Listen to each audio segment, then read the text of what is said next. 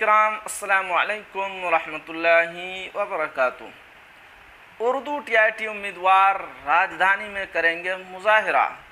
پوری خبر سے پہلے آپ سے ایک چھوٹی سی گزارش کہ اگر آپ ہمارے چینل پر نئے ہیں تو ہمارے چینل کو ضرور سبسکرائب کیجئے اور بیل آئیکن کے گھنٹے کو بھی ضرور دبا دیجئے، کیونکہ میں آپ کے لیے اسی طرح کی خبریں لے کر آتا رہتا ہوں۔ اب خبر کیا ہے دوستو، آپ کو پڑھ کر سناتا ہوں۔ پٹنہ 13 مارچ۔ اردو بنگلہ ٹی آئی ٹی امیدواروں کی پورے بہار میں میٹنگ چل رہی ہے۔